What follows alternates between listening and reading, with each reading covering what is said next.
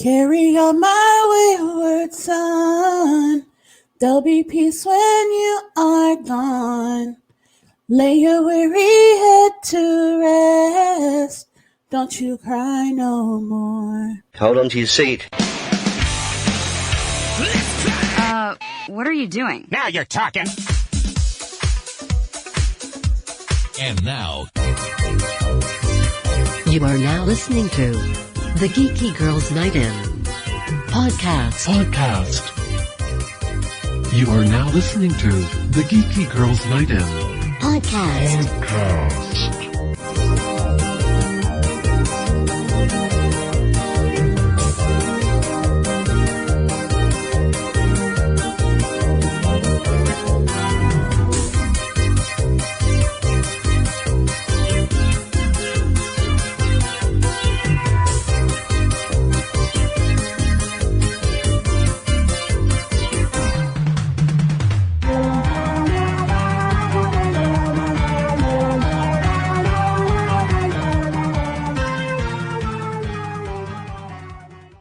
So, welcome back to Geeky Girls Night In, and today I have Kim with me. Hello. Hello. And we were supposed to have a rousing group, but everybody just kind of like kerplunked, but it's okay. We can handle this ourselves. Today we are here to talk about the ending of Supernatural. Yeah. And before we get started, I'm going to ask you, do you feel, did the ending give you justice? Do you feel happy about how it ended? Mostly, yes. Okay. There's a couple issues, but I have a few too, and like I saw a few online that I didn't really agree with, but we will get there. So it was no Game of Thrones, so I mean, or Dexter. Right. So right, I've seen comparisons to that, and I was like, no. Absolutely it's actually not. An ending. It's fine. Yes, no, like old death. The old man did not come away and like sweep Dean off into a chariot into the great beyond. Yeah. No, it was. I liked it. I liked how it wrapped up, and it made sense to me. But there were some pieces personally missing for me. So at this point, Cass is gone. Or is he? Or as far as we know, see you later. Yeah. Cass is quote gone. I always want to call him Michael, but that's not his name. Cass's son, Jackie. Yes. Little Jack. It's all their son. It's my three dads. Yeah. It's just like every time I would see it, it seemed like Sam and Cass were more his dad than Dean was, because Dean was so angry at him for so long. I would agree with that during that part. However, prior to Mary, he was very much a father to him. Okay. I would agree. He had a lot of, but knowing Dean, we knew that was a part of the package when that happened. So yes. He's gone. Jack is gone. Chuck is, somewhere trying to sign up for Medicaid because he ain't got no job. He ain't got no life skills. No life skills at all. He can snap his fingers. He could be part of a jug band. That's all we've got for him. Amara is encased in Jack, which I feel like is a bad toss for her. Like, that's not cool. It wasn't cool when she got absorbed either. Because you know what? She was looking snazzy all season. She had some nice little sparkly suits. They were doing good by her. She looked good. That little suit was fabulous. And then the next thing you know, you're like part of your brother and like we never see you again. Which like that also bugged me because like, okay, so Dean and Amara, there should have been a better goodbye between them, I think, because they're so intertwined. There was that. Let's start from the beginning for me. Like, I can't quite remember. Was the pie the first thing that we saw? Well, let's just go back just a teensy bit because the episode prior to this one was weird. Like, it was great. And then it ended, and I was like, wait, did we miss the deadline? Is this the final episode? Like, 'cause that ended like an ending episode. So, I mean, the way it ended was them, finally able to live their life. So the next thing we see is them in their bunker trying to find a job or a hunt.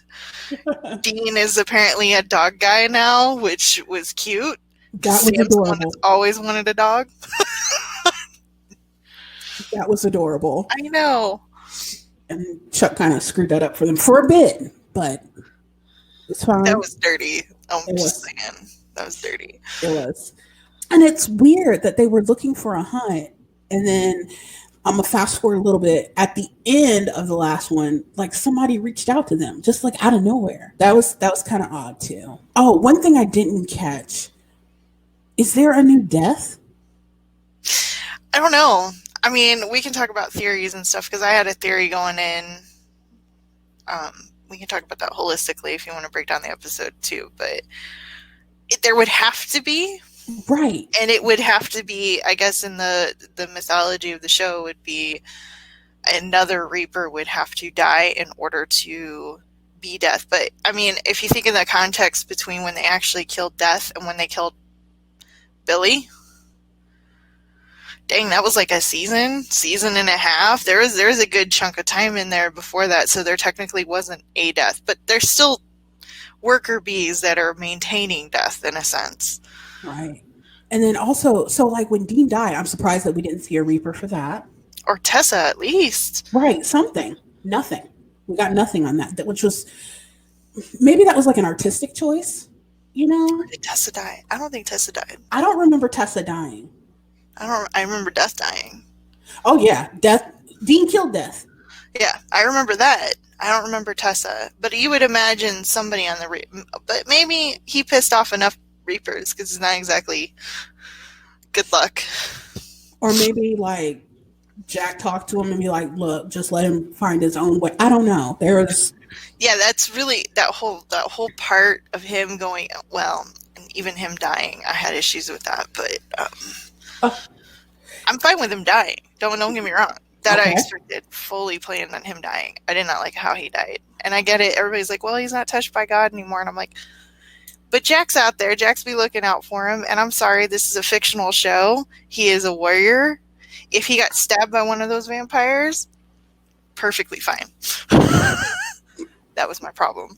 But here's the thing. And here's why Jack didn't reach out, I think, was because in that episode when he took God's powers, he said that God, whoever you want to call him, Chuck's whole problem was that he put himself in the story. I think if Jack were to have reached out and like healed him or done something or anything, he would have been putting himself in the story, thus starting the cycle over again. Which I can respect that, but I still think he shouldn't have went out by rebar. He should have went out. There was like 7 opportunities he could have been killed in that entire fight scene. But that's how he went. And I was like, really? That's true. Machete to the gut. I would have been perfectly fine. I would have been perfectly fine. Because then he went out fighting. And I feel like that's a disservice to his entire character. Because it's the only thing he knew how to do was to fight. Right. And you can't exactly fight a rebar. So the only tiny bit, I'm going to have to go back and watch that episode. So I'm trying to remember if Billy, when she was Death, I thought she showed Dean his ending. I can't remember. But who's to know if that even is in play anymore, considering how they shut everything down? Because I feel like if that's how it was going to go, then Billy would have been at least 5 steps ahead of that, knowing this whole entire time it was going to head down this path. So, but you think, like, I don't know, did the book have the ending for everybody that was in play? Do you know what I mean? So, like, did Billy know that the empty was going to get her? Did she know? Well, yeah, I don't want to say they have, like, multiple books. I want to say that's what she said. There was multiple books, and, like, in different choices led to different endings. That's why there were multiple books, but I want to say there was something, I have to go back and watch that season where they really talked about that, because she made a point of saying for Dean, it didn't matter what he did, he was always going to end there. Like, all his books ended the same way in a weird way. So I have to go back and look at that, because I thought there was multiple books and multiple stories, which would account for anything that would deviate or variations and stuff like that. Which is very clever, yes. I don't know. And it was so funny, because I'm gonna be honest with y'all, like, the season I stopped, and I didn't stop on purpose. I didn't stop because I was mad or anything. It's just like I just stopped. I don't even remember what season it was, but it was the one where it ended where there was a woman in the bunker, and I think she was from like the British Men and Women of Letters, and she shot Sam. Yep. That's where I ended. I want to say that's... I think I'm like 3 seasons behind. No, it can't be. It's not. It has to be 9. Yeah, I'm not very far behind. So I think it might be even more than that. I don't... 9 or 10. So. No, it has to be longer than that. It has to be after Amara, because... Yeah, I've seen Amara. But I know at the end of that season with Amara, she brought their mom back. I think that might be the same season. That season, it was during that season where she was at. Yeah, I think it would be the ending of Amara's season, yeah. Because I know that when they interacted, Mary was alive with that going into the next season. So it has to be the same season as The Darkness. So that was the last season I saw. And then, like, I've seen this last episode. Like, I'm like, it's ending. You know, I don't care about spoilers, so I'm going to watch. And so I did that, and then, like, I watched clips of previous episodes on YouTube. There is a YouTuber, I forget his name. It's like Supernatural something or other. He'll show a clip, and then he goes into in-depth explanation. But I couldn't watch him this time because he did like a live reaction to the ending, and like he's sitting up there crying. I'm like, I have to close out. You like, as soon as Carry On My Wayward Son came on, like I was done. I was upset. I was upset when he went. I was feeling my feelings, but as soon as he got in the car and that started playing, like, that got me. I was done at that point. Wait, I watched it. They didn't play it at the beginning of the episode, which like is tradition. So I was like, they must be, and because they titled it Carry On, I was like, they're saving it. They're going to play it in the episode. Right. And it was funny because I woke up early the morning after, and that's when I watched it. And I'm just like sobbing, 30 minutes late to work. Mind you, all I have to do is roll out of bed, put on my workout pants, and go into my office. Yeah. Still 30 minutes late to work, like roll in there and like clock in and look at my husband. And I'm like, I need you to play Carry On My Wayward Son. And like, to understand it, like, I have my computer set up in the office, and he has his setup, which is similar to mine, with one exception. He has a system, like a sound system, like 2 great big ass speakers, a subwoofer, all this stuff. I didn't want any of that because it's way too loud for me. And so he's like, is that the name of the song? I'm like, he's like, it's Carry On My Wayward Son. I'm like, get on Spotify and play the damn song. Kansas, right now. There's like 2 songs they're known for. Right. That's one of the big ones. And so, like, he looked it up. Like, he typed in the whole thing. He's like, okay, it's by... And, like, he's like, it's by Kansas. If you don't play that song... And so, finally, he hit play, and, like, I just, like, slide under my desk and start rocking. And I'm like, I'm gone. It's all gone. And he's like, what the hell happened between this morning and now? And so... Kim, you've watched Supernatural since it started, right? I remember. Technically, no. I actually jumped on the bandwagon ready for the 4th season. Okay. I was a little bitter when it started because I loved Angel, and Angel got canceled. And the party line at the time was that Angel was canceled because the network wanted to change directions with its shows, and it didn't want something that was that adult to that level. Which, when you're told that, and then they replace it with Supernatural, it's the exact same show. That's not for teeny boppers. They're definitely graduated from like college at this point. They're young adults, yes, but they're not children or teenagers. I was like, that's bullshit. Even though, like, I knew, like, I followed Jensen Ackles in his many little shows that he had done, because I always thought he was attractive and he was funny. So there was an interest there. And then it was when we were working. Right. Because that's what it's like. Kokomo. It's like, what was it? Best Buy had for, I think it was a Black Friday sale we all rolled into. You might have been with us on one. I think we actually were. We went to one. Okay. And that's where I picked it up. They had like the first 2 seasons on sale for like $12. And then I was able to catch up on the 3rd season and ready to go on the 4th season. So at that point, that's how I got started. Because I remember you telling me, you're like, you should watch this. Like, you're the one that got me into like pop culture items. Obsessive very quickly. Yeah, because what was it? There was something else. Oh, the Twilight books. So like, you got me into the Twilight books, and you were like, no, you need to check out this show. And I'm like, all right, whatever. I don't watch a whole lot of TV, you know that. And you're like, no. And then you showed me that manipulation, that photo manip of Jensen Ackles. Yes. The read.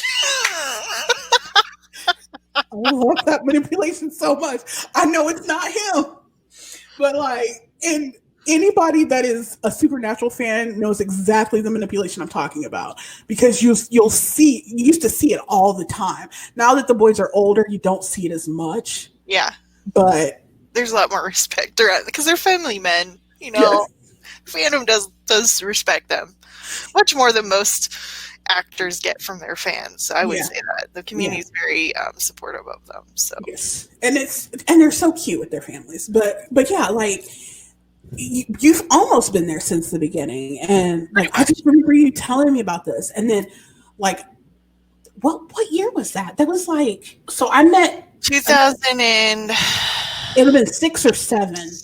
Or 7. It might have been 2007. Yeah. Yeah. So then, like in 2015, I had Geeky Baby, and like we had been like some more talk had surged up about Supernatural and how I needed to watch it. I needed to, like, everybody kept telling me I need to watch it, and like I had Geeky Baby, and her days and her nights were mixed up.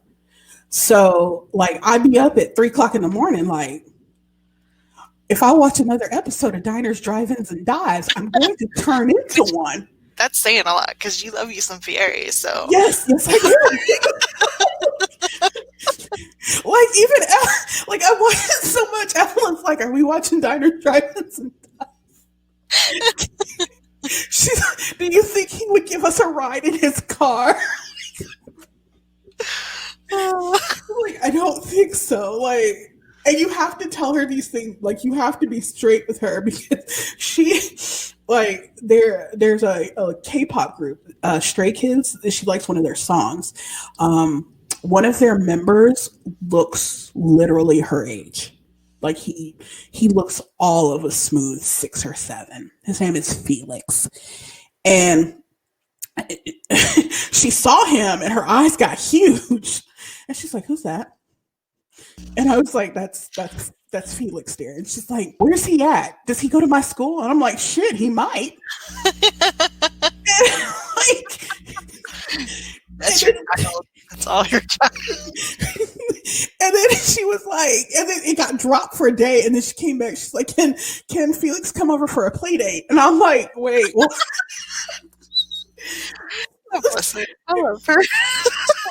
This went on for 3 weeks because I was like highly amused by it. And then I had to break it down, and I'm like, "Baby, Felix is a grown man, grown-ish.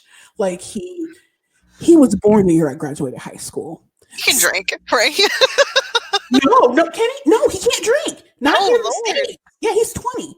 He just turned 20. Yeah. So I'm like, "No, he's a grown man, baby. He's not going to be at your school. There will be no play dates with Felix. And even if he was like your age, he's in Korea, a whole other country, many hours away." And she wouldn't talk to me for 3 days. That's your child. So it's hereditary. That's weird. It very much is, yes. But the point of this is that like her days and nights were mixed up. So I was like, this is a perfect time to like start Supernatural, because like husband isn't up, the baby's up, it's fine. When I like maternity leave in the States is 3 months, I blasted through most of the seasons, at that time through that. And like I would give like commentary on Facebook. I'm like, this is crazy, but great.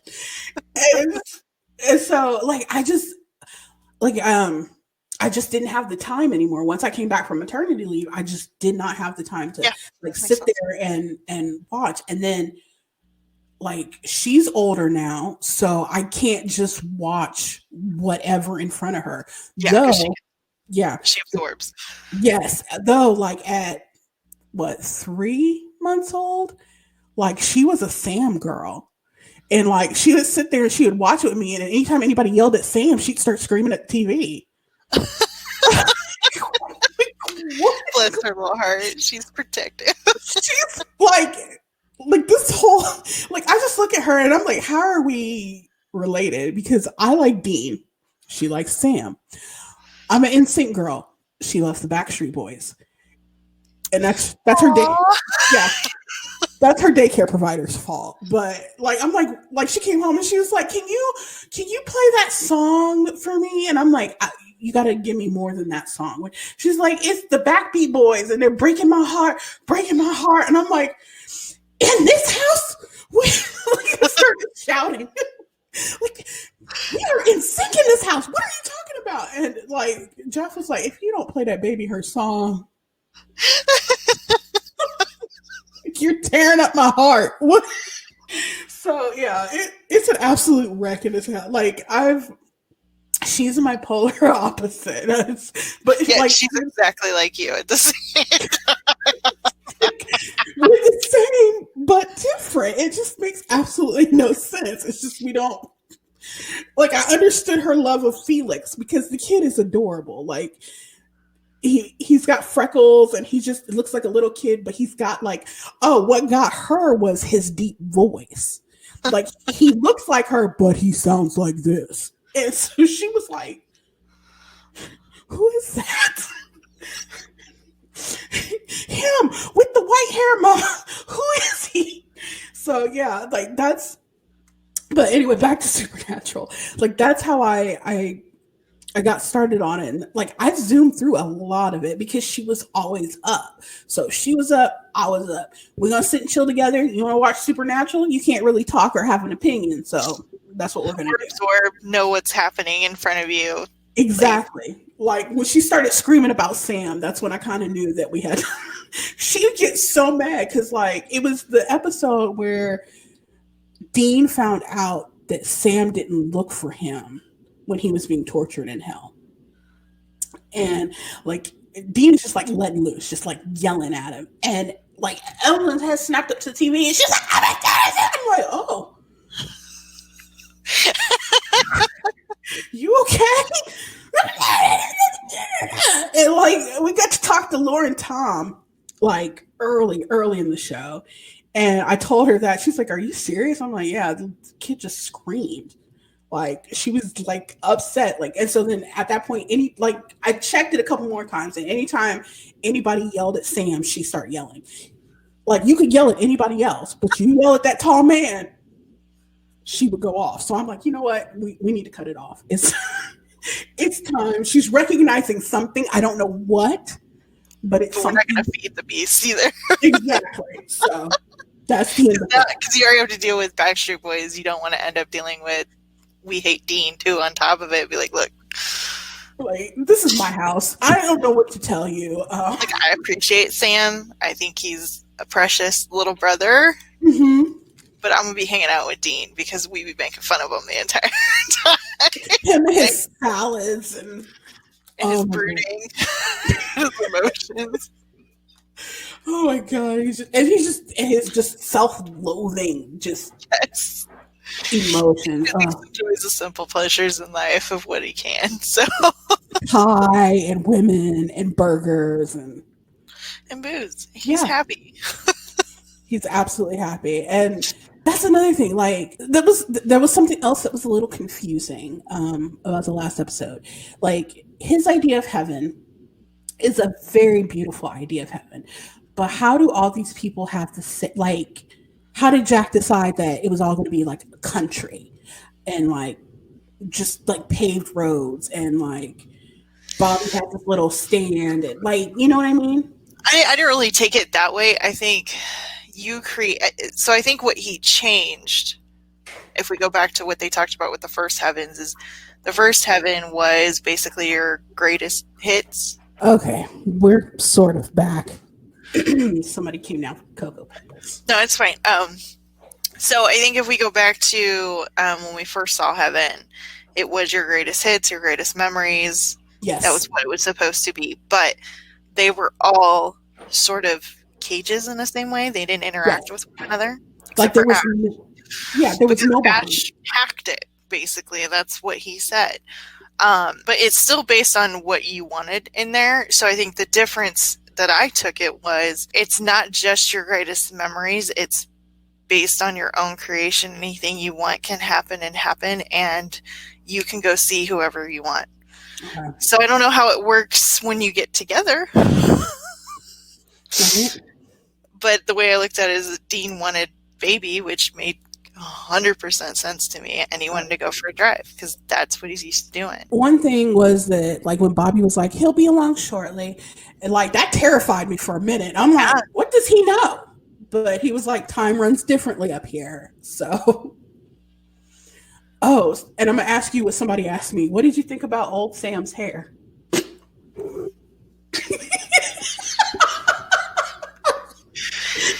Sorry, she can see me on camera. It's just like, oh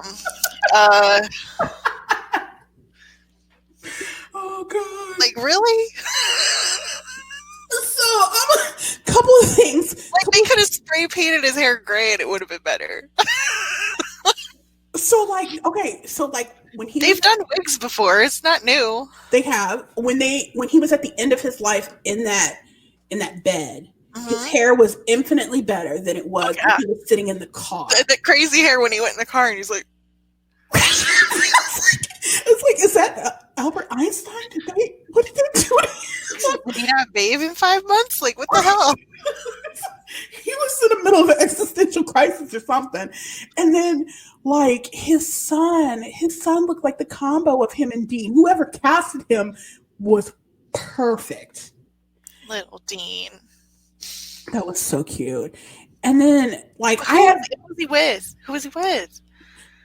Because that was a whole nother question. I know Jack brought people back, but did he bring everybody back that was supposed to be back? Like Eileen and the people from the other world? I don't think so. I don't think he did that. And they should at least let Sam have Eileen if he had to stay. You know what I'm saying? Mm-hmm. Mm-hmm. But I think if they would have given him Eileen, they would have shown her. Instead, they gave you that like tall, blurry woman in the background with dark hair because he has a type. He does. He indeed does. It would have been hilarious if it was his actual wife. I'm gonna be honest with you. That would have been great. So, like, that bothered me a little bit. And then the fact that his son had the tattoo. Does that mean that he brought his son into the family business? It could be. It may not be. It does show that he's been completely honest about his life, so the kid knows. But I feel like knowing that they could choose, what that means is, one, that kid knows everything that's out there. Number two, that means that stuff is still a threat. Meaning Jack didn't just eradicate everything. All right. So either A, he's hunting, or B, he just has it on because it's smart to have on just in case he runs into something. So, right. And honestly, we knew that Jack didn't eradicate everything because the vampires. Vampires, yeah. So. But like they were having trouble finding things. So that was also interesting too in the beginning of the episode. They were having trouble finding cases. And it could be that like the spookies were like laying low to the ground because, you know, all this power was out. Yeah, like they had to have felt like some sort of energy and force with all the stuff that was going on with Jack, with God, all of it. So Lucifer and speaking of Michael, like Lucifer screaming that Michael is a cook was the highlight of my day. He's just like, he's a cook. It's like, what is this show? What am I watching?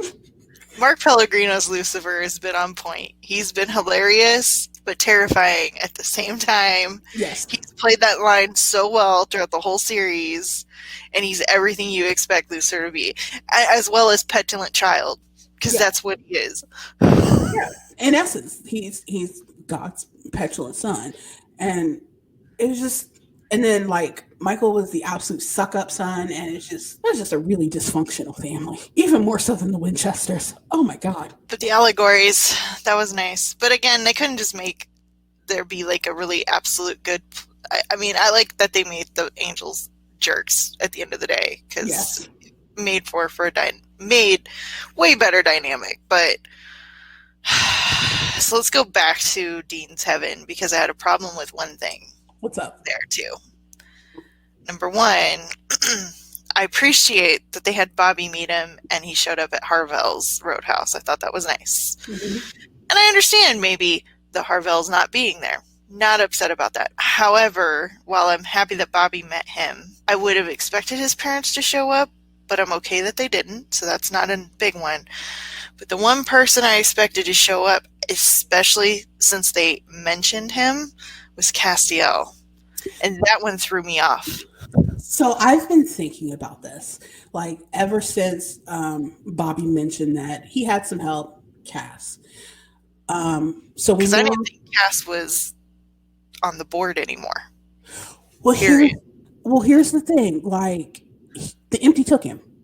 Yeah, and we already know that Jack could pull him out of the empty because he'd done it before. Now it gets confusing because the primordial entity in the empty was like, God can't touch me.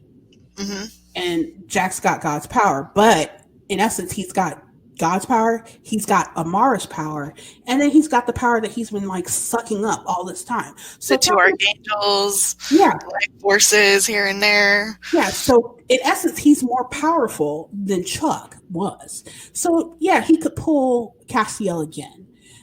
I think. And honestly, at this point, everything that Cass needed to say to Dean was said.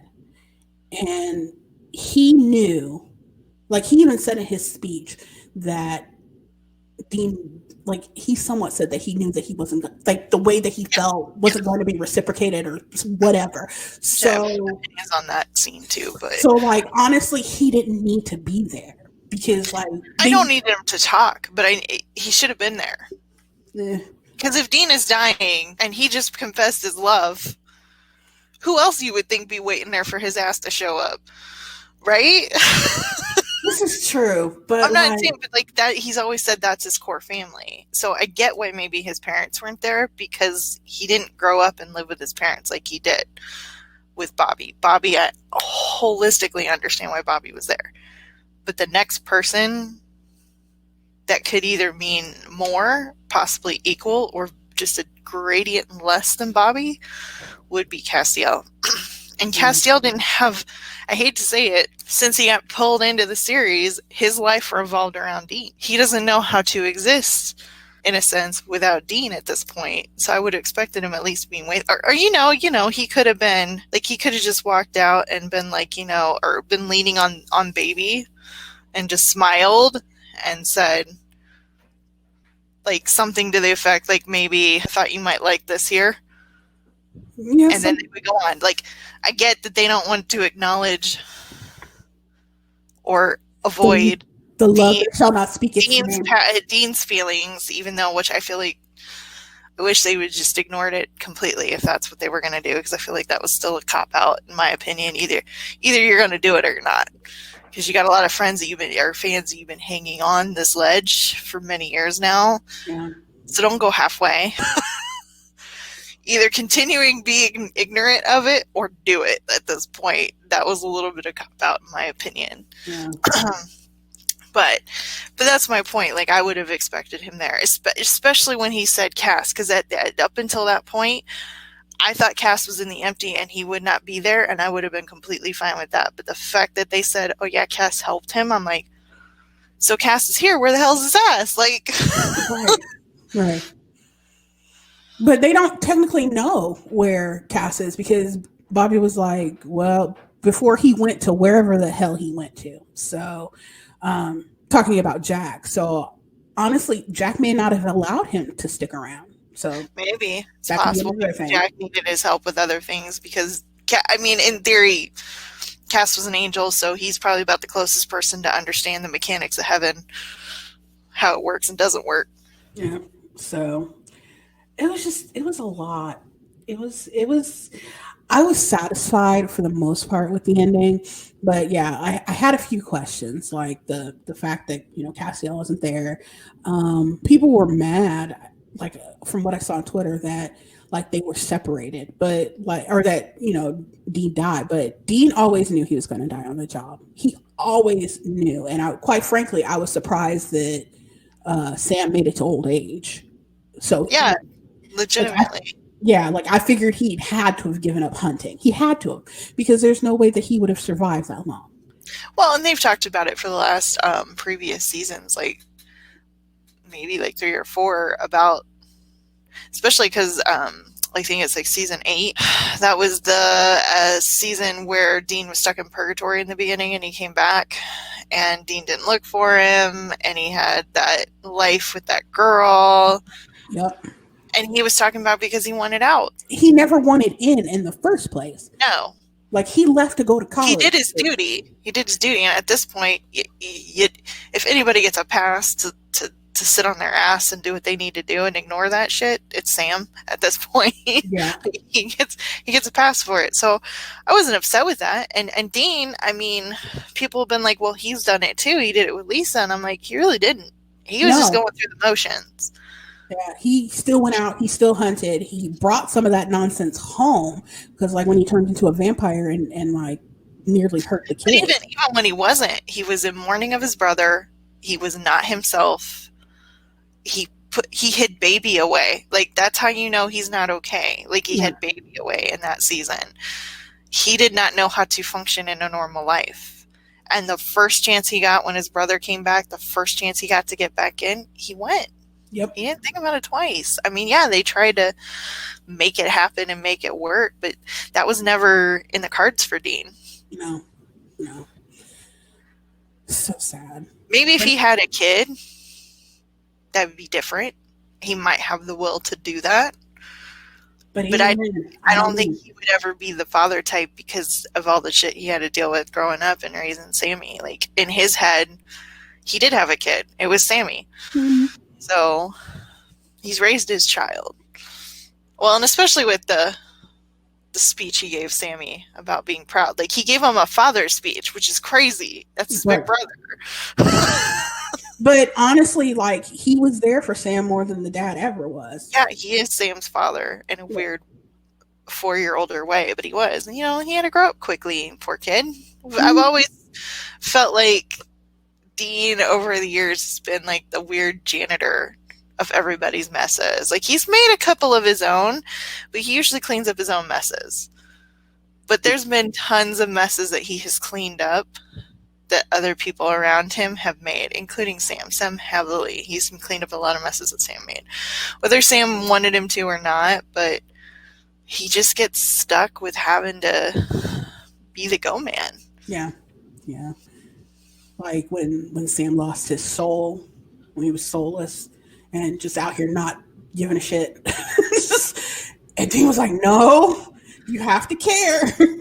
People get hurt. Mm-hmm.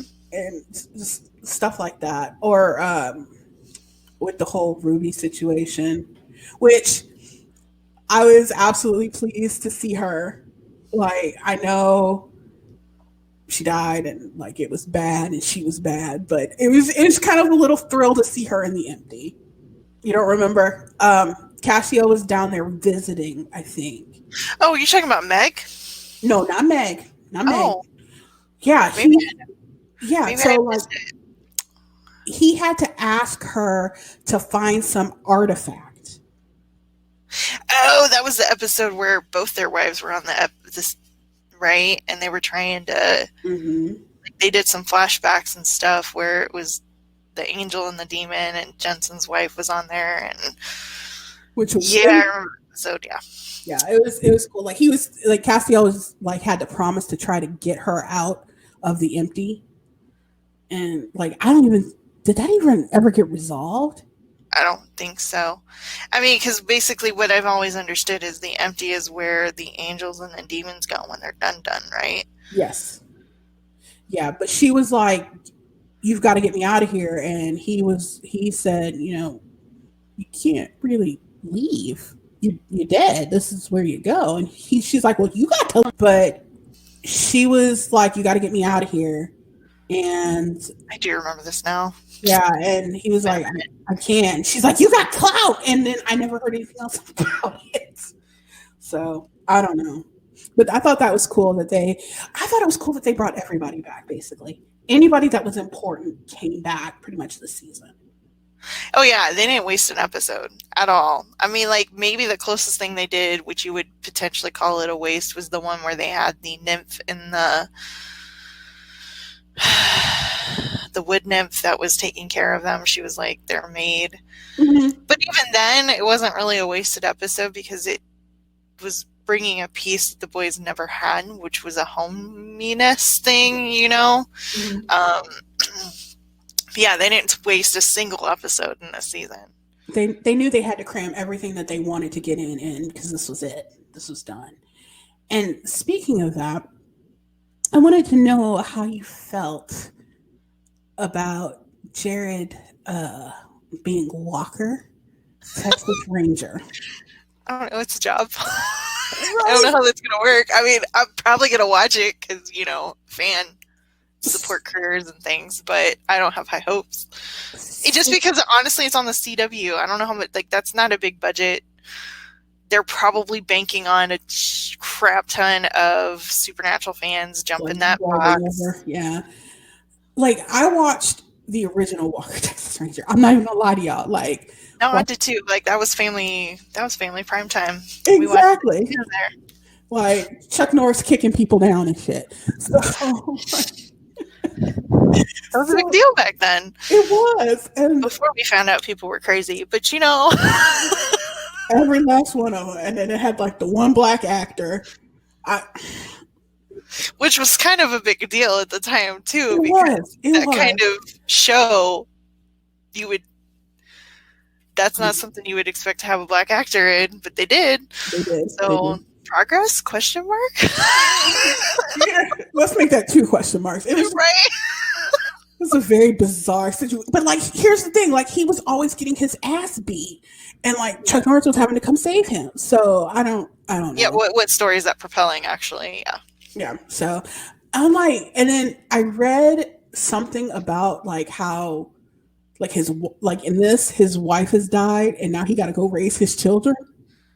That's the storyline I think that they're going with. Well, the only other thing I know of is that, oh my gosh, what's his name? He played Skinner and their grandfather, Samuel Campbell. Oh, somebody's yelling. I know that. When they hear this, they're going to be yelling, like, take your nerd card, shut up. But he's supposed to play his father. This is just going to be very weird. I may watch. But you know what I would hope for this show? So I don't want to say I don't think it's going to be a success, but you know what? It would be nice if it was a success, and I really hope that they took everybody that was on Supernatural and just poured it over. Like literally the crew, and moved them over to that show, because then they all had a job and work, and that's fine. Yes. It's going to be interesting. Do we know what Jensen's going to be doing? Yes, he's still sticking with the family. I hate to say it. He's supposed to have, now how long his arc is, he's definitely going to be a player. But he's supposed to be joining the 3rd season of The Boys as Soldier Boy. And he's supposed to be, I don't know if you've watched The Boys. I've seen previews, and I've seen that lady riding a gentleman's face and crushing him with her thighs. And I was like, this is the type of show I should watch, but never really got to it. So it's very adult. So let's talk about that. It's very dark comedy, but it's basically, what if superheroes were assholes? Right. And God complexes, and they could just do whatever they wanted. Yeah, they're helping people, but they're also being maintained by a company, so it's a company line. So these superheroes, for the most part, are dicks entirely and psychotic. There's a couple of them that are decent, and the boys is a group of people that are led by Carl Urban's character, who's basically to go in and shine a light on the corruption of the team and what they do and what they get away with. And they're just fucked up and dicks, most of them. And Jensen's showing the show, and I heard he's actually worse than the character Homelander, who's I know he's bad. Yeah, I heard he's supposed to be worse than Homelander. Oh my god! So that's something I've never, well, outside of Demon Dean, but that wasn't like him full tilt. That was kind of hot, actually. But I know he's supposed to be a bad guy, but like, you know what? I don't know. Like, they just parted his hair to let us know that he was bad.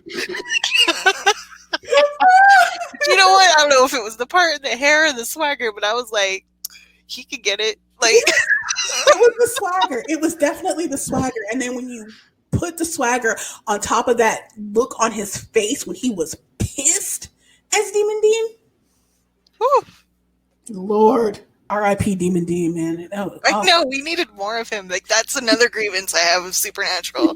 Half the season at least. Yes. With Demon Dean, we didn't get enough of that. But yeah, he's supposed to be going to that show, so we'll see how that works.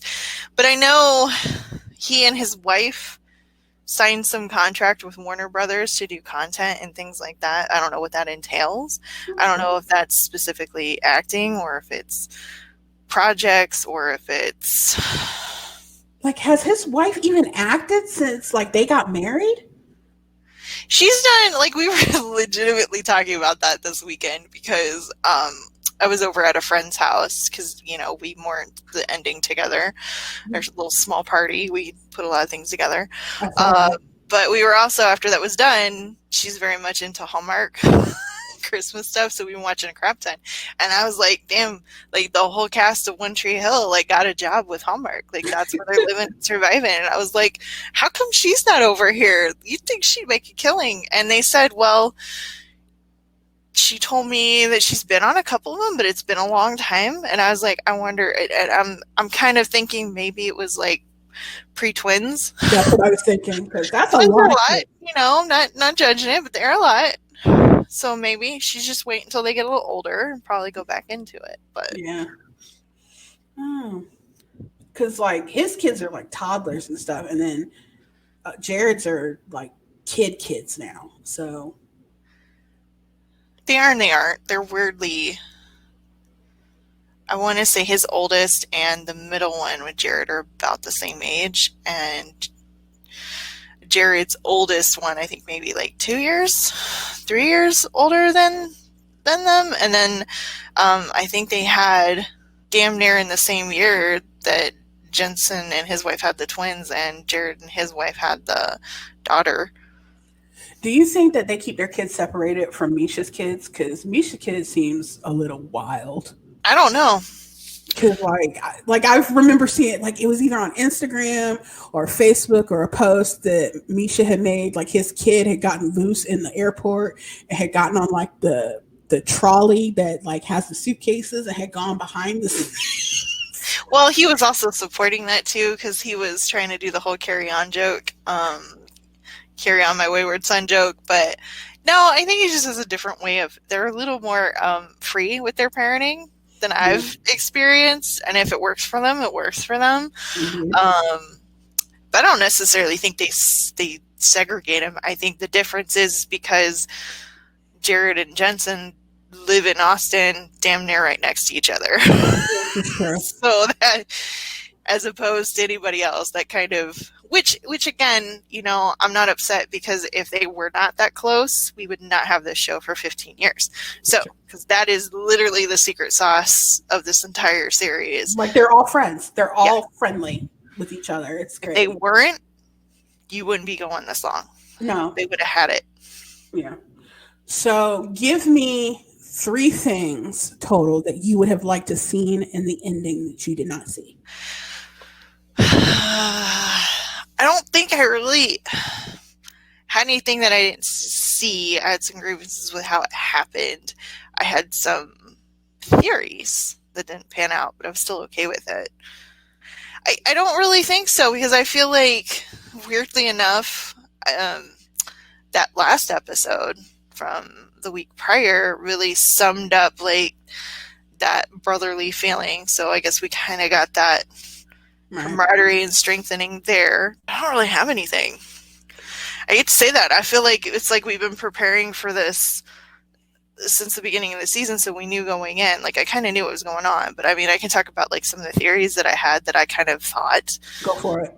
I actually thought, especially with some of these last episodes that were happening, is I thought that Dean was going to become the new Death. I thought that too. And it would made complete sense to me. Because out of anything Dean has ever, he's always, even though he killed him, he's always respected death. It didn't seem like respect. It seemed like a healthy dose of fear. That too. Like he was scared. But I think in his world, that's respect, because he doesn't fear anything. Right. And he at least got him food. So that's a thing of respect too. He was forever feeding Death junk food. He's like, I got you your food. I hate him, man. He gets it and he respects it. And especially when you go back into like season 6, he had to be, in order to get Sam's soul, he had to be death for a day. I remember that. That was important. And he learned the really great lesson that there is a process to this. There's a natural order. There is a design that you have to follow, or other things go tumbling down in a domino effect. And to me, I would have felt like, who else would Jack trust to do it? And I also felt like, did he need to rest? Yeah, but can Dean rest? Right? So I felt like at least giving him a job. I guess we're going to find out one way or another. Especially when you had a Death that wanted to take over. So they are wild cards. But yeah, I either that or a Reaper. And I don't know how Reapers become to be, but I could see him turning into a Reaper in the end of the day. That's cool. You got anything else? No. I know that's not exciting, but what did you want to happen? So, like, initially, like, because it took some time to process. Because, like I said, I watched the season ending before I went to work. Don't do that. And initially, I was a little irate because we didn't see the people that we knew that he loved from the past. So, yeah, like, I explained away the Castiel thing in my mind. But I thought he might see Charlie again. I thought that would be something. But, you know, like, Charlie wouldn't be having a house, like, near Bobby and Dean's parents and stuff like that. She had her own family that she missed. And, like, I forget what season that she was in and she died in. But, like, when she died again and, like, Dean saved her, Dean made Michael save her, and she was like, Merry Christmas, and, like, she had her own idea of heaven. Yeah. She wanted to be with her parents. So, you know, maybe somewhere along the way he would meet up with her again. But yeah, no, she wouldn't be meeting him at the pearly gates, so to say. Yeah. Like, basically, like yeah, like, I explained away every little thing that I wanted. I'm like, oh, yeah. Yeah, because I think, I get that. I agree. Like, it would have been great to see it, but then as a storyteller, I also can tell, like, that would have been a lot. That would have cheapened the moment. And you could tell they were driving this at the very end, that this was always about the brothers. It started with them. It was going to end with them. So I got that. And I got why Bobby was there. Like I said, with Cass, I didn't really want him to go with him in the drive, but I figured he would have been present. That was the only thing that I had an issue with, especially since I talked about him. Yeah. So, I mean, and then, like, I understand when Jack isn't there. It was the whole, you know, him not putting himself in the story. It was sad. Like, it's been on for such a long time. And, like, they packed in as much as they could to the season. But, like, I think we as fans are greedy and we wanted more. Oh, yeah. And I think we always will. So, there was that. But, you know, we will always have our family, the friends we've met. We're going to have 15 seasons to rewatch. And, you know, they've already said they're not stopping anytime soon with the conventions. Now we'll see how that works later because, you know, those conventions worked in time with their schedules, which happen to be the same schedule. We'll see how that works in the future, but they're still going to do it. And at the end of the day, like, we've forgiven a lot of crap on the show, terrible storylines, everything else. The racist truck. Yes. I need y'all to know something real quick. So, like, I've been writing fan fiction lately. I don't know if you knew that or not. Like, I've been writing K-pop fan fiction, and like, as part of it, like, I don't watch a lot of real-time TV. I watch stuff that's in the past a lot. And because of that, like, I wrote that for my characters, and the characters are going through Supernatural. And like, I brought up the racist truck in my fiction because it's like, yeah, like, what? So, and like, the main characters in the fan fiction, the two main characters are Black girls. So like, and like, they have another character that has never seen this, and they're like, the truck is mowing down Black people because the truck is racist, and y'all watch this, and one of the girls is like, they apologize for it in a future episode. Like,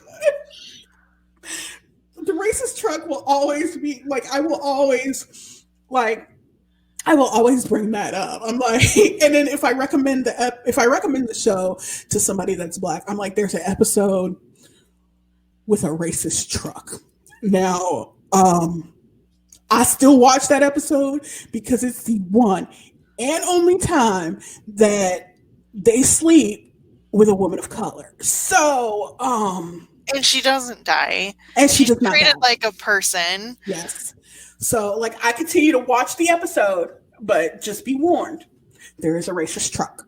And that show has not been exactly very kind to its Black characters at all. Rufus. Mm-hmm. But you know, he's doing good in heaven now. He's up there, Aretha. Bobby was like, that was one of the shows. Like, I would, you don't even have to give me a show. Can we just do a Supernatural side movie of Bobby and Rufus in the past for 2 hours? Sign me up. I'd be there. Because Rufus and Bobby are the best. Like, I thought Aretha had taste. But you know, and then you sit back and you'd be like, Rufus would sweet talk her ass. Yes. It was so good. It was and like, even Dean was surprised by it. He was like, when he was like, Rufus and Aretha have a place over there. And like, Dean was like, what? Wait. It was so great.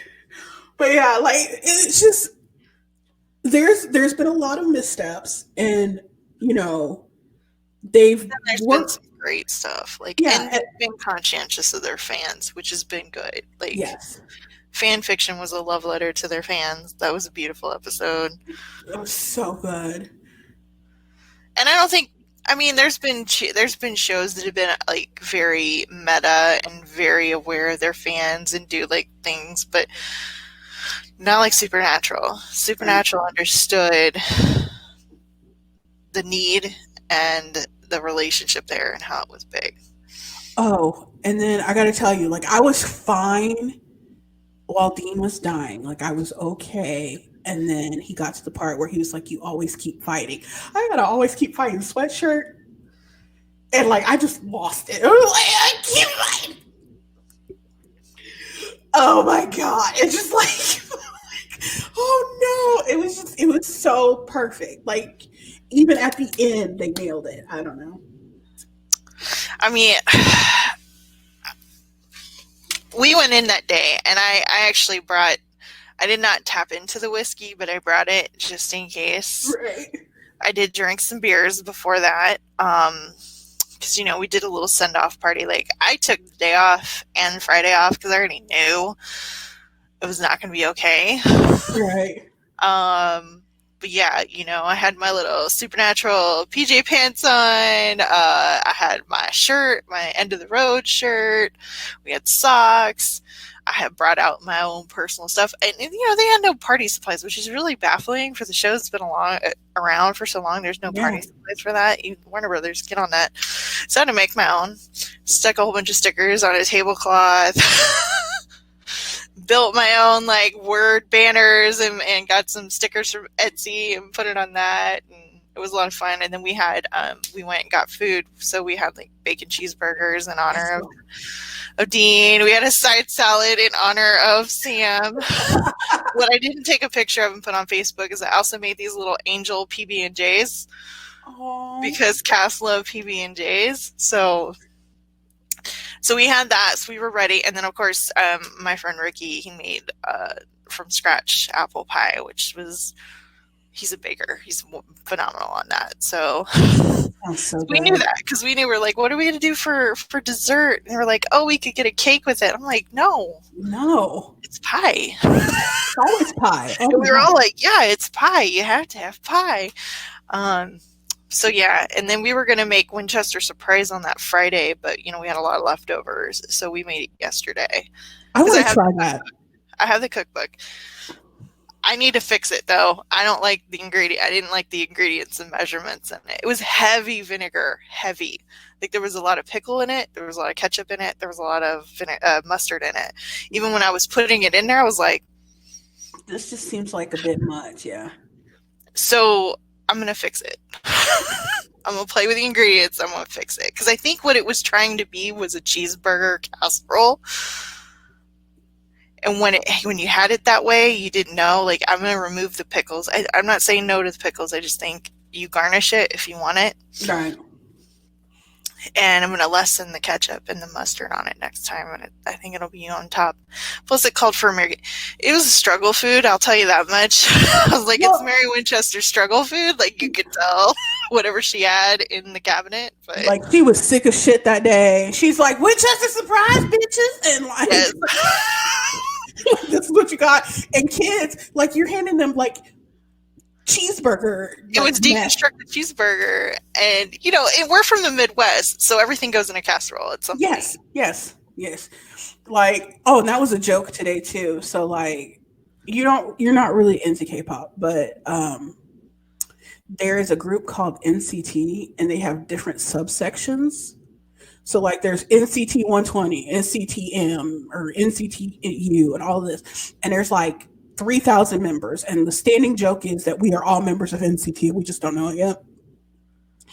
And like, they had their meeting, like they have like a big company meeting where they talk about plans that they have for the future, and they're going to branch out, and there's going to be more NCT sections, and there's going to be NCT Africa, and we're like, okay. And then so then a group of us are like, somebody was like, I'm NCT I forget what they say. I'm part of NCT Africa. I'm like, I'm NCT Midwest. We don't sing. We don't dance. We just get on stage and make biscuits and gravy. It just devolved into this like weird ass conversation. Like, our first album's going to be called "Why Is Butter So Expensive?" We have one vegan member that's constantly pissed off at us because we put bacon in everything. We tried to make her some green beans and she didn't want them because we put half a thing of bacon in it. So anytime anybody says I'm from the Midwest, I lose it. I'm like, I'm part of NCT Midwest, coming to your area to make food. And then somebody said they were part of NCT Texas, and now we're going to be a mega group and have a barbecue. So that's how things are going for me now. But that's fine, and I enjoy watching the ride. I think it's fun, personally. Oh my god! Like, I really don't know what happened. Like, but that's part of why I love you. So that's why we're still friends. Like, in February, I was perfectly fine. I listened to Little Blackpink, and then something happened, and just like that. It's COVID. Let's just blame it on COVID. Like, we have to. And like, I asked my husband, I'm like, do you think I would be at the level that I'm at with all of this if it hadn't been for COVID? And he sat there for a minute and he was like, Yeah, I still think that you'd still probably Yeah, I pretty would cool. agree with that. But I think how you got into it was COVID based. I Yeah, think it gave you the time to settle down and open that door. this is true. This is true. He's like, I don't. He's like, I don't know how you were with Instinct when they were in their heyday. He's like, but I can only imagine, like, if you had the money that you have now, and the time that you have now, and the energy that you have. Well, I probably had more energy at 16 than I do now. But he's like, if you had the money and like the resources that you have now when you were 16 years old, like you would have met Lance Bass way before age 30 something. So I'm like, true. It is. No, but I appreciate that. And I mean, while I'm not hugely into K-pop, I'm not against it. I do watch a lot of Asian dramas, so they come up a lot. I don't know why. I feel like they're like the hallmark of television. Like they're very pretty much. They have a shell that they fit into, Yep. and I enjoy it. I'm not upset. It's for me to like just mellow out and chill. Exactly. Like, and I haven't gotten to the K dramas yet. Like, I'm in Thai drama territory because apparently my thing is like gay Thai dramas. That's what I like. So that's where I'm at with that. like like I can understand some Korean because like of K-pop and the fact that I watch mukbangs like religiously, and like I can pick out words. Like I can't understand a word in Thai and I don't want to because then like in the new year I think I'm gonna take Korean lessons. I don't need to add the expense of Thai onto that. But Right. like, but But in like theory, I hear once you learn one, you start learning another one, then it becomes like that. Like there's a breach you can do, and it's just easy. you would think, but like if you look at like Hangul, which is the writing in Korean, Uh-huh. and like the writing in Thai, like Oh yeah, same thing for Japanese. What do they call it? Is it kanji? I think it's what it's called. something like that. But Thai looks like scribble scrabble. Like it looks like drawn. Like I can't. Like it just looks like little curves all over the place and dots. And I'm like, that's not a word. That's a stick man. I don't. I don't know. I mean, I'm culturing myself a little because, like, I used to start with the K dramas, but now I just pick whatever's there. And Mhm. so now I'm becoming more at least familiar enough to go, oh, this is Chinese, or oh, this is Taiwanese, or oh, this is Korean. And then, like, I haven't even watched a Japanese one ever yet. And one popped up and I started listening to it, watching it and everything. And I was like, because, I was obsessed with Sailor Moon. I Mhm. picked up some things. I was like, wait, I understand what they're saying. I don't like. They said something and like I had it. I didn't have my headphones on. Like I was just listening from the computer, and like I was mindless because I was working too. And Jeff was like, "What are they even saying?" I'm like, "They asked for some type of food. I can't tell you what the food is, but it's food." And he's like, "How do you even know that?" I'm like, "Because I learned how to say I would like some penis, and I use the same like wording that they use to order food." So he just looked at me like, why do you need to learn? Why do you ask me questions at these points? I don't understand. Like, you know that before he married you. Like, this is common to pretty much. And anytime he asked a question like that, he's like, why are you? I'm like, you knew this before you married me, before we signed the papers in front of that lovely judge lady. You knew how crazy I was and like what things I learned first. Like I learned food and I learned dirty things. That's just how my mind works. So And it fuels you. It's yeah. the person you are, Yes. Actually, to go back, sorry for the Asian music, and because I say Asian because we were talking about various dramas, but Yes. music and drama segue. You know what? There is one thing I just thought of that I really wanted to see before that show ended. Huh. I wanted to see Dean apologize to Jack. Oh, that I was didn't get that because I know he said it in anger, and I know he didn't mean it, and he never fucking apologized for it. And I was so mad at him. You know what? Something else this show never gave us is their fucking middle names. Because, man, I am that. I don't have children, but I'm going to be yelling at them like they're my children. So I'd be calling Sam when he's bad. I'd be like, Samuel Winchester. Oh, that is right. They never gave us middle names. And, oh. Like, I know there's official books and stuff. Do the books mention? Huh. They never had middle names, which is so weird. Like, I understand one kid not having a middle name because that's usually how it works. Like, one won't, but not both. I don't necessarily think that they don't have them. Right. They have never been revealed. I don't even think like on because we've never seen a real driver's license. No. We've never seen real IDs. They'll be like Axl Rose and just Jefferson Starships. God. That shit made me laugh. I'm sorry. The baby, he was so proud of himself. That was so fucking random. It made me laugh so hard. Like the look on his face, he was so pleased. And like the entire episode, Jefferson Starships, Jefferson Starships. And they were doing it seriously. That's the thing that you weren't prepared for. You figured they were just being like, "Deed stupid," and then all of a sudden, Sam's in that place. He's like, "Jefferson Starships." I'm like, "No, don't encourage that." It was so great, though. He was so proud. How often is he proud of himself? Very often. There's only a few times. Oh, he nailed that. No, I mean. I'm glad I do like the way it ended because they couldn't have done it any other way. There's no way, and I hate to say it, there's no way this show could have ended with any of them alive because that would have left it open. Yeah. And you couldn't do it for that. You just couldn't. They've talked about maybe potentially rebooting it. Not them. Right. You know, that's what they do now. I was like, I hope they wait at least 10 years. Just 10, at least. So here's my thing. Like, I would be kind of angry if they rebooted it because they didn't give Jody and Donna their show. I agree. But as much as, you know, because, you know, I fought with that whole thing because I was there for Brianna Buckmaster and Kim Rhodes on that journey. Because that would have been amazing. I would have been all for it because I freaking heart them.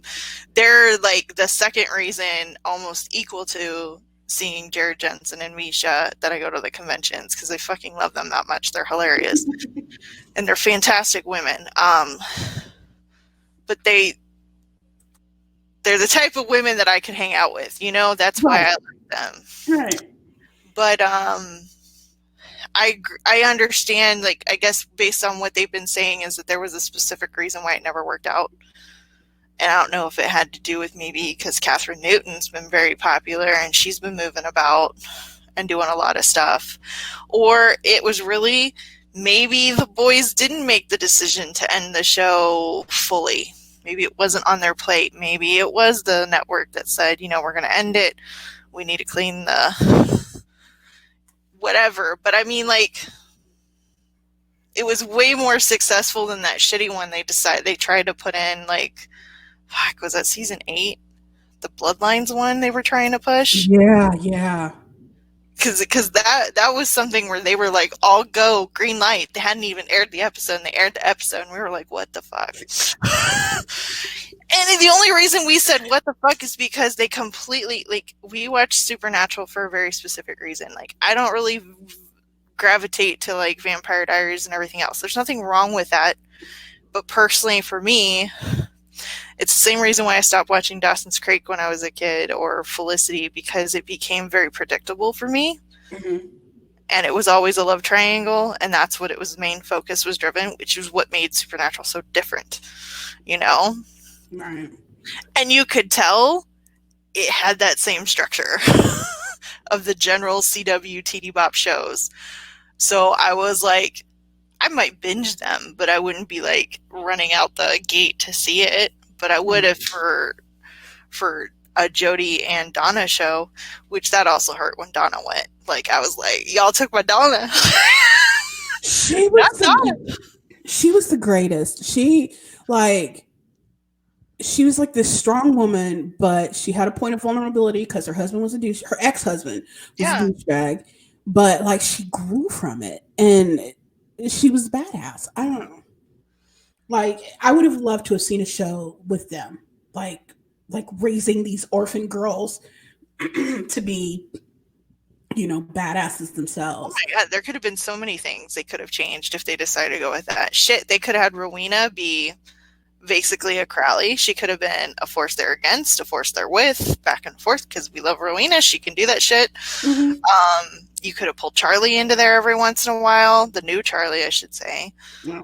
But there was a lot of stuff that could have moved forward, especially in a world even with the Winchesters dead.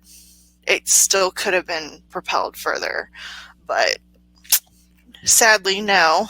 But yeah, if they do anything at all, which is something that I'm still shocked they've never done, I want a video game of like Sam and Dean when they're like, still either younger or even in the early days of them getting back together, doing a hunt. Because you could do whatever you wanted to in that and then they could come back and voice it and make a little extra dough off of it and keep the because they do have children to feed. So which is why I feel like is another reason why they continued on the show, because I think there was a time where they were, I think it was after the 6th season, because the 6th season was rough, but I get why. They didn't have a plan. They had a plan up until season 5, and then they had no more plans. Like that's when Eric Kripke left, yeah? Yeah. Okay.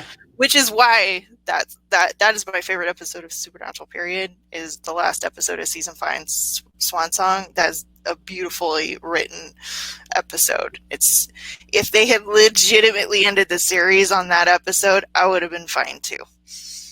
At that time. Right. But yeah, so they knew it was a hot mess. They give us French mistake as sort of an apology. Like, we're sorry, guys. Which is a great episode. It had its own. It had a couple in there that were amazing. It had some that were awful. Like I joke about the one episode that was called, because I'll never forget the title of this episode. It's called Mannequin 3: The Reckoning. Oh my God! When it aired and the title popped up, I was like, that dude gets to keep his job, because that's hilarious. And then we watched the episode and I was like, the only reason that dude gets to keep his job is because of the title, because he should have been fired for this episode. Oh no! Oh God!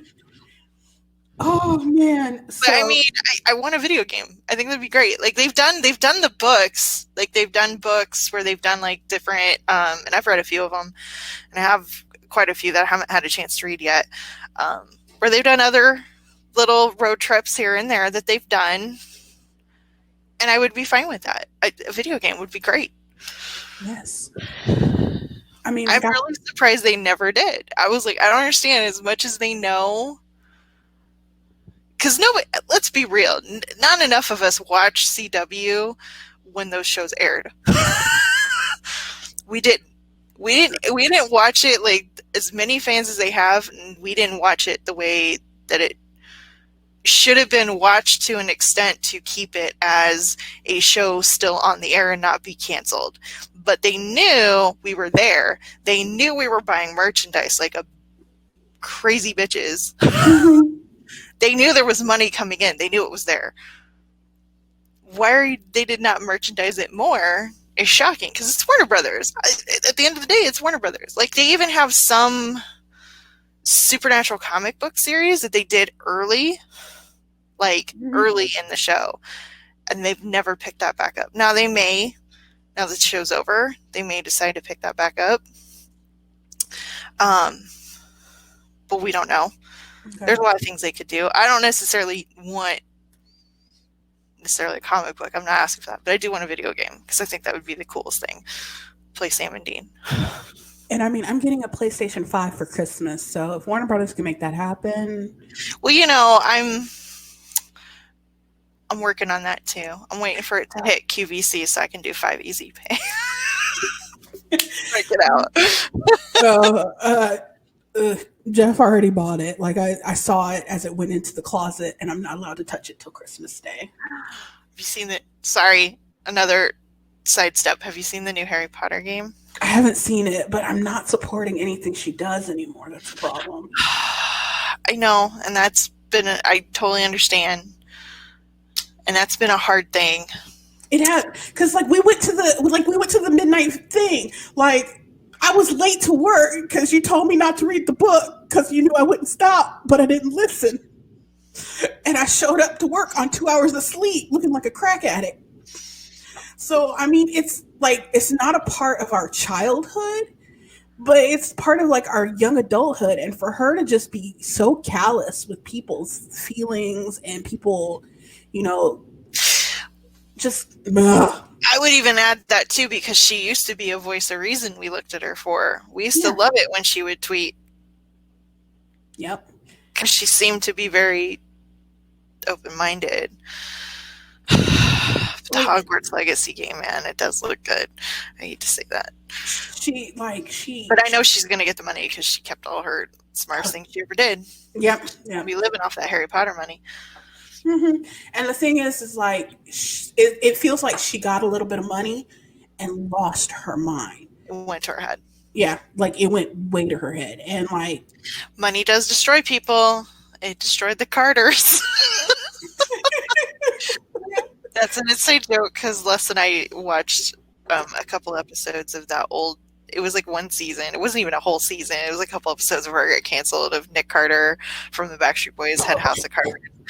And we used to make fun of Aaron Carter all the time. It's like it's a running joke for us. I told you I met him, right? I told you I met him.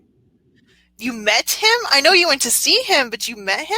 I didn't go to see him. I went to see Lance Bass. But yeah, I met him. But I know he was there. Yeah, I knew he was there. So like when they brought us back, like Lance was right there and he had Melinda, who's like his man, like she manages his affairs and things like that. And like she's been with NSYNC for a really long time. Like she's got like all sorts of memorabilia in her office.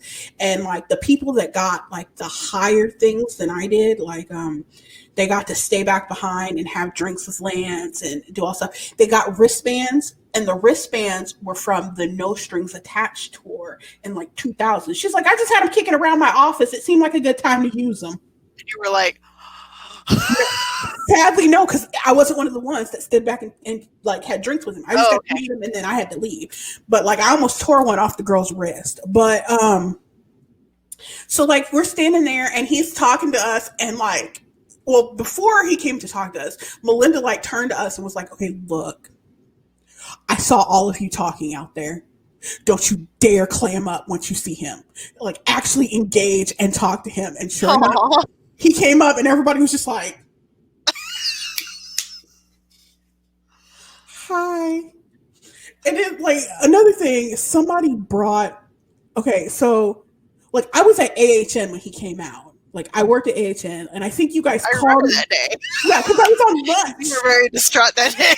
I was on lunch, and I went home, and I found out, and was like, Jesus God, and Janelle brought me a Coke. You had to recalibrate a bit, but you're fine with it now. Like you've moved on. You're still here. I'm happy for him. I'm happy for him and his husband. They're a beautiful couple. Their wedding rings are nice. But throw you off for a bit. Yeah, for a bit. But like he came out in People magazine. Somebody brought that for him to sign. Like, so I was like, that doesn't, because like I didn't know the story then, but I know the story now. He was basically forced to come out. Perez Hilton saw him coming out of a gay bar and was going to out him. And so like he had to get the drop before Perez did. So that's why all of that happened. And so it just seemed kind of tacky for her to bring that along. She may not have known it. Like I bought his biography. So that's how I knew. But so he's talking to us, chit-chatting with us, and then here comes Aaron Carter. Oh, Jesus. And he's like, what's going on over here? Who are all these people? And like Melinda's trying to like push him off, like, go away. Just go. This is not for you. And like he's like, give me a hug. And like Lance was like fully attentive to him and us. Gave him a hug, was like, are you okay? Are you all right? He's like, yeah, I'm fine. He's like, okay, now go. Like, He left. But then we got done. Like those of us that like did not stay back, and then we left. And then I went to the merchandise tent. Now, at the merchandise tent, because it wasn't just him, it was like a bunch of other people, because they like Lance was the host, and then like these other people were performing. Like Ryan Cabrera was one of them. And like I'm like, and I came to the realization that I didn't know what Ryan Cabrera looked like without his Ryan Cabrera hair from the early 2000s. I don't think I know what he looks like either. Yeah, so It like, was just right. And so like I'm standing there confused, and I'm like, which one of these white men is Ryan Cabrera? And the girl that was sitting next to me, she's like, oh, it's that one. And I'm like, I don't recognize him without the hair. She's like, I didn't either. She's like, somebody had to point it out to me earlier too. So, but like we get to the merchandise tent, and like all of them have t-shirts you can buy. And then for an extra amount, you could get it signed. So then here comes Aaron Carter again to the t-shirt tent, and he's looking and seeing everybody's merchandise, and he's like, and he sees his, and his doesn't have the, signed X amount. And he's like, that's not cool. And so he pulls a piece of notebook paper out of nowhere and like puts a sign up that says like autograph or like a picture or something with Aaron Carter. And it's like over the amount of the t-shirts and the signatures. And he like just sticks, like he gets some, I don't know where he got these supplies from. And he gets some Scotch tape and he sticks it up. And so like I'm buying my little Lance Bass Space Camp t-shirt. And so like, it's adorable. And so like one girl walks up and she looks at the price of Aaron Carter's shit, and she's like, why is your stuff more than everybody else's? And then he gets irate and starts like cussing, and I'm like, and so like before I start anything, before I get kicked out of the fairground, because I still hadn't gotten my elephant ear and we still needed to do that, like I walk away. But as I walk away, I go, my beats, and I like, take off running.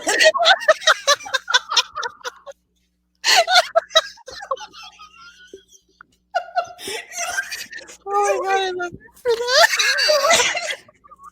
And like Jeff and Evelyn, they were like, so like the stage show, like they had like benches and stuff like that were on the ground, like on the ground floor, and then there was like an elevated level, and there was like a little tent area that was like shade from the sun, and somehow like Jeff and Evelyn had weaseled their way into that, and like they were just sitting there chilling, like waiting for me, and like I jumped over the fence and like rolled into the tent area in a dress, and like they were sitting there with some man, and like the man looked down at me, and I was like, I'm with them.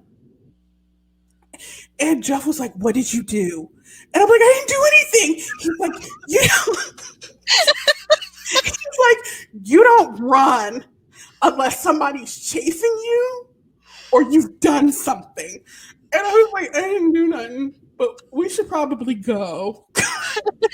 Just in case. So ridiculous. Yeah. I met Aaron. He was like an absolute just. He's a hot mess, man. Unfortunately, money and drugs, but money killed that whole family. I mean, Nick's doing better these days. But damn. Oh no, and he was still talking trash about his brother back then, because like we're sitting there and he's rehearsing. So it's not time for me to line up yet. So we're sitting down in the audience area, and he's rehearsing. And first of all, he's screaming because he's not screaming. He's like getting worried and upset because he's like DJing from a MacBook and it's getting hot. He's like, I don't understand why it's getting so hot. I'm like, he has the MacBook on a flat surface with no like air circulation. Yeah. And I'm like, I know I'm in IT, but that's just common sense. And it's running a processor heavy in the middle of, what was it, August? Yeah. Yes. So I was like, you know what? I'm gonna keep my mouth shut. This ain't my show. Then like there's a girl with him, And I already knew that this girl wasn't right simply by what she was wearing. It's the Indiana State Fair in Indiana in the middle of August, and this girl has on leather shorts. What she look like? She have dark hair, like black hair? No, she's blonde. I can't remember what she looked like. I just remember those shorts. Was it his twin? Do you remember what she looked like? I don't remember what she looked like. I don't think it was his twin though. Like they seem kind of separated, which I think it's right, because I think she got married and there was some drama around that about him showing up and not showing up. And oh gosh, but yeah, so like he was like DJing, he was like, come here, like talking to the girl, and like he's like, give me some of your fries, and I'm like, what the fuck?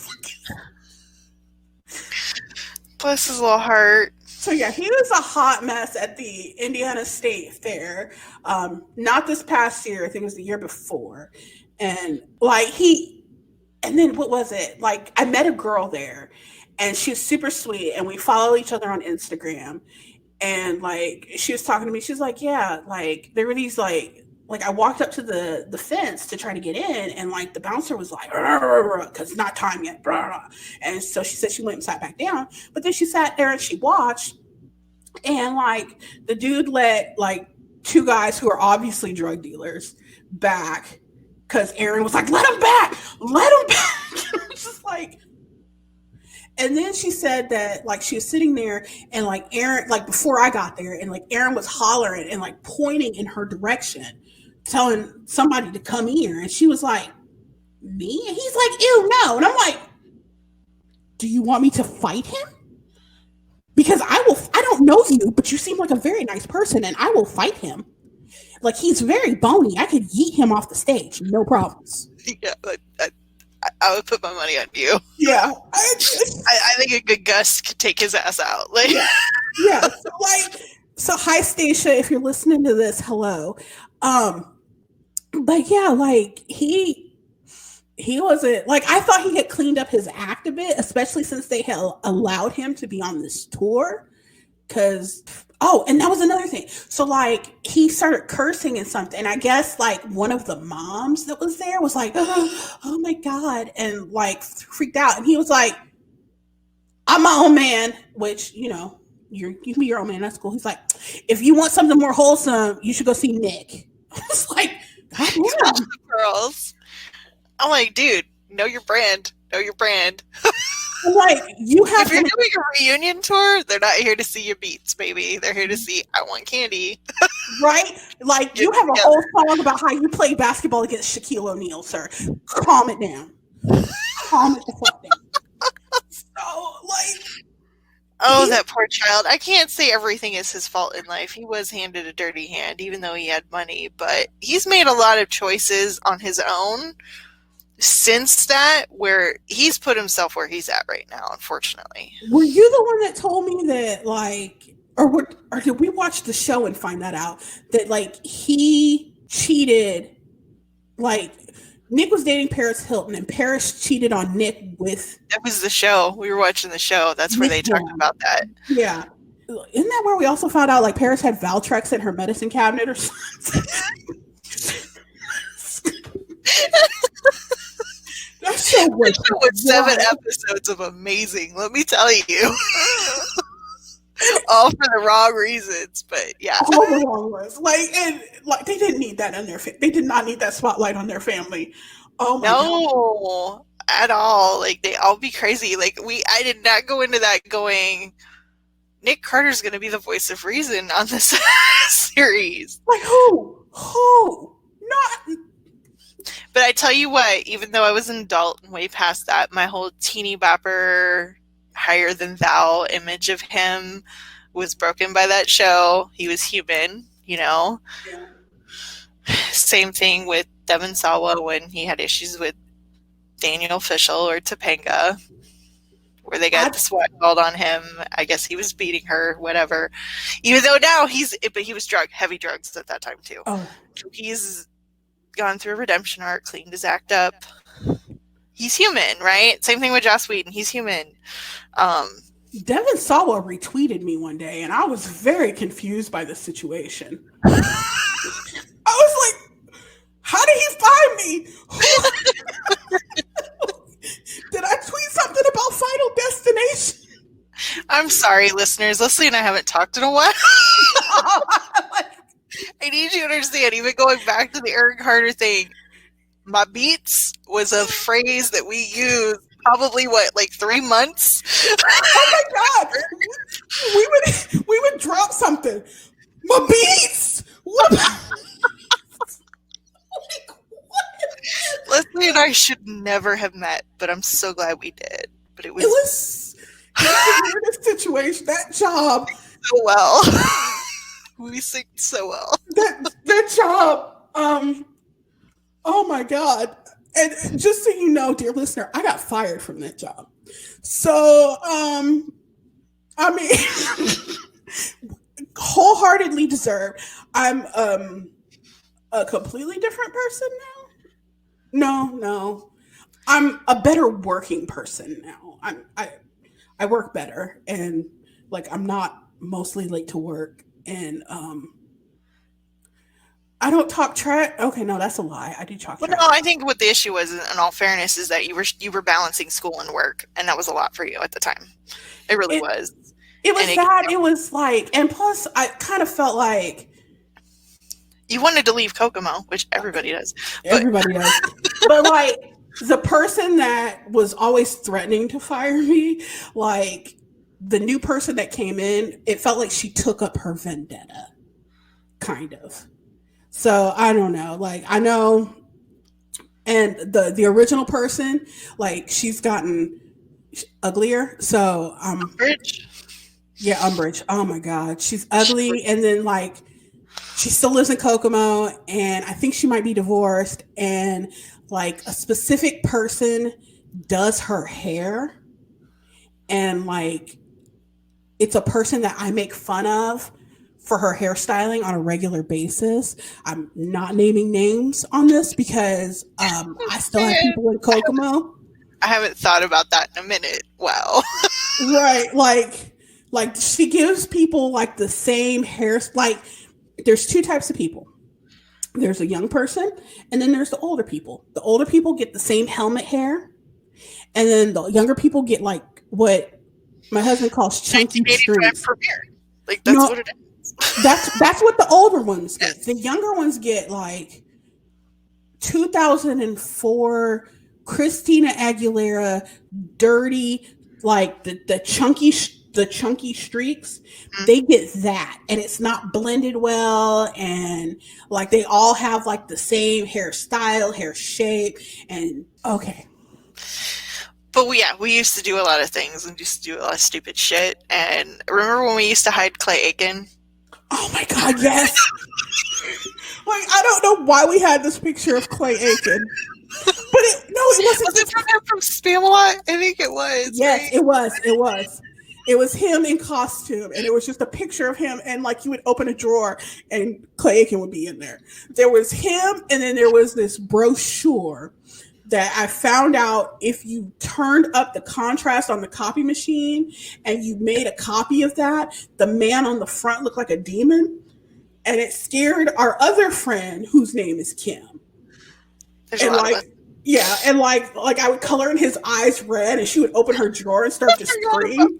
You forgot about that? Yeah. She was like, I wish you would stop. I'm like, can't stop, won't stop.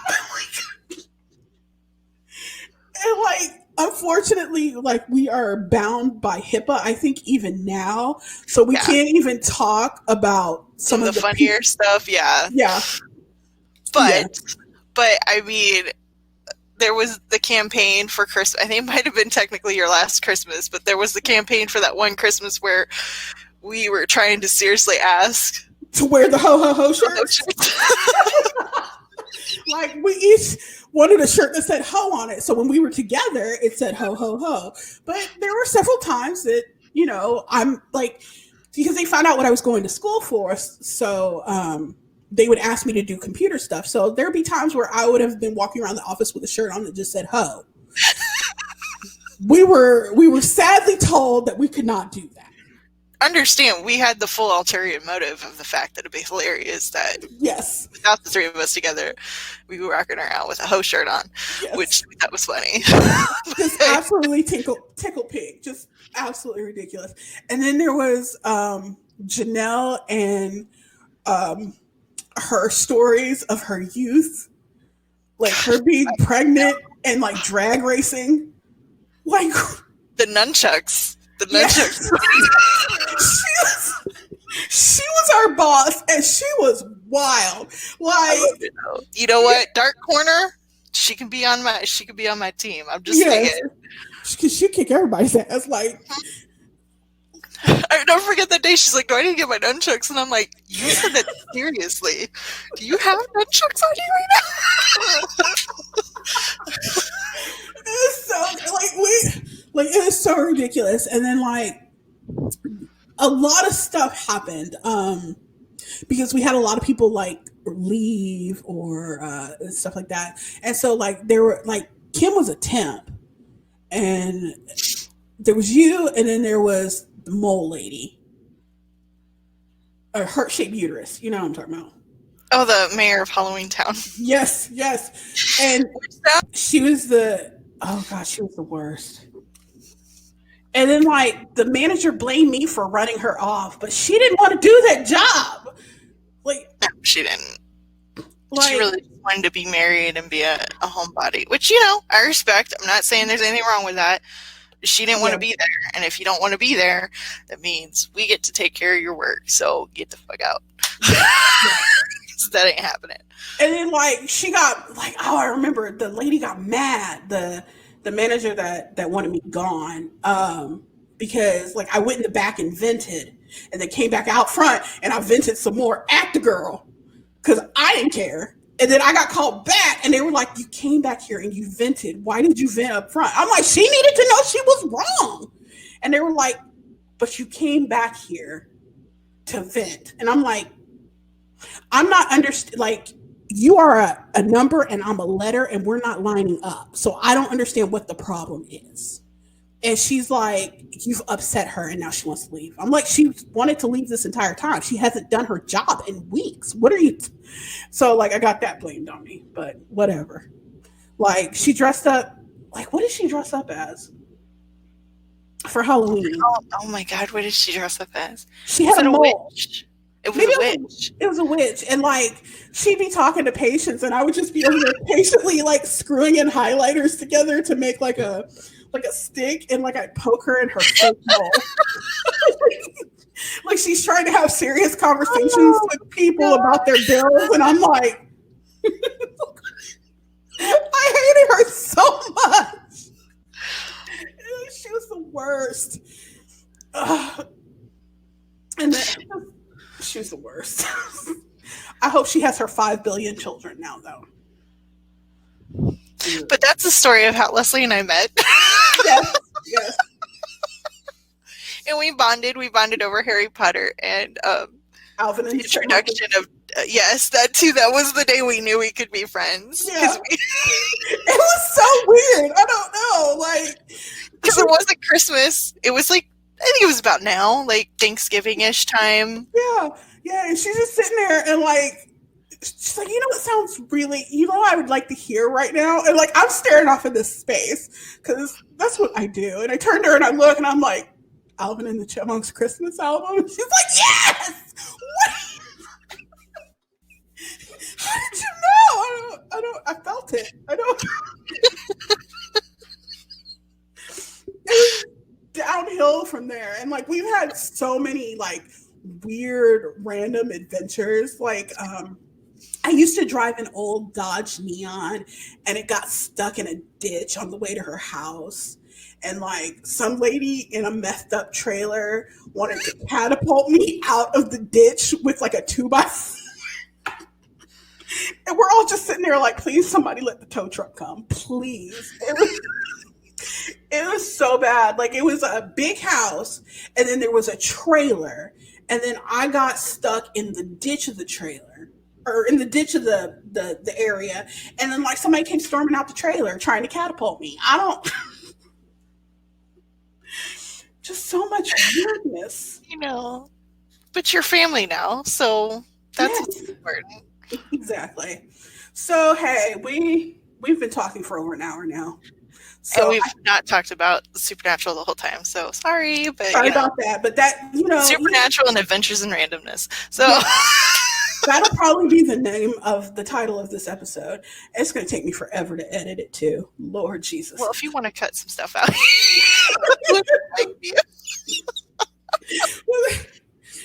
but they need to hear about the catapulting, and they need to understand that Aaron Carter is a douche. Oh my god. oh my god. I love you so much more now that you said my beats. Like, that is the shit. I just ran off. Like I stopped and turned because like he was like, so like I'll stand up for anybody, but I tend to go harder in the paint for Black women because I am a Black woman and we tend to get the shorter end of the stick sometimes. And it was a Black woman that made the point that his stuff cost more, and he was getting irate with a Black woman. What you're not going to do in my space, Tiny Tim, is like yell at a Black woman, especially when she has a point. Who the hell are you? You're famous because of your brother, and you sung a song about playing basketball with Shaq And Candy, which is not even a song; it was their cover. Yeah, by Bow Wow Wow. Like I think that's the name. Yeah, okay. yeah, the original. Yeah. So like, yeah, like I turned and I was like, my beats, and just took off. And like, I will have you guys know that it was amazing that I ran as fast as I did because I had on sandals. So I don't think Jeff knows what I did either. Like, because I didn't admit it to him. Like, we were walking the rest of the way to the fair. He's like, if you just tell me what you did, like, are we going to have the cops waiting for us by the car? And I'm like, no, we shouldn't. I didn't do anything illegal or wrong. I just said something. I didn't even cuss. And he was like, okay, all right. So, oh my God. Dude is such a Oh man. Well, you know what? I enjoyed this. I did fun. too. All right. We're gonna love my boys. Sad that it ended. But it ended in a decent place. It did. It Yeah. did. And they're together, and that's all we can really ask for. So. And I will continue. Oh, I will add this. Warner Brothers, you're assholes.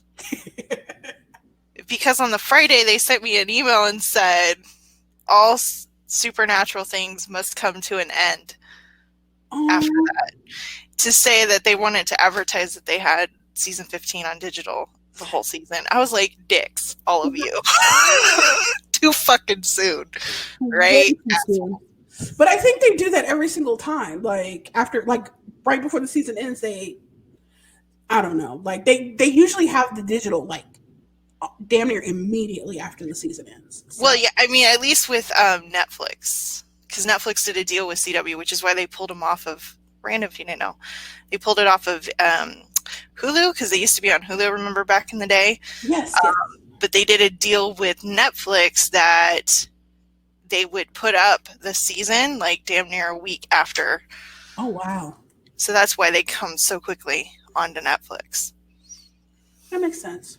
So, all right. I love you. It's nice for talking. And thanks for having me. Thanks for listening, everyone. Thanks for stopping by and talking about all of this because it was a lot, and we didn't get too deep and philosophical. But I mean, I don't want to be honest. I'm afraid of doing that and opening that door because it's a lot to talk about. We'd have to do like a series. Yeah, and like structured.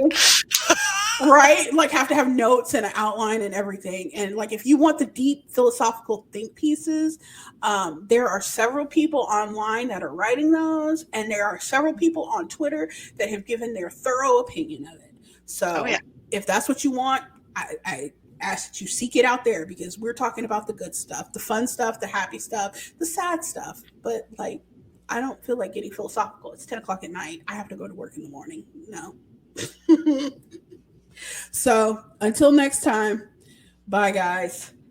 Bye. If you made it through this entire episode, Father God, you are a hero. I'm Leslie, and this was Geeky Girls Night In. Tonight's guest was Kim. As you can tell, we've known each other for a while. Thank you so much for tuning in. If you're interested in seeing what we do, you know, when we're not podcasting, feel free to check us out on YouTube under Geeky Girls Night In, on Instagram under Geeky Girl Guide, on Twitter under Geeky Girls NI, or just type in Geeky Girls Night In into your Googles and we pop up pretty much anywhere. Thank you for listening. I hope you enjoyed the supernatural ending. I hope you enjoyed a little bit of history about me and Kim, and I'll talk to you next time. Bye.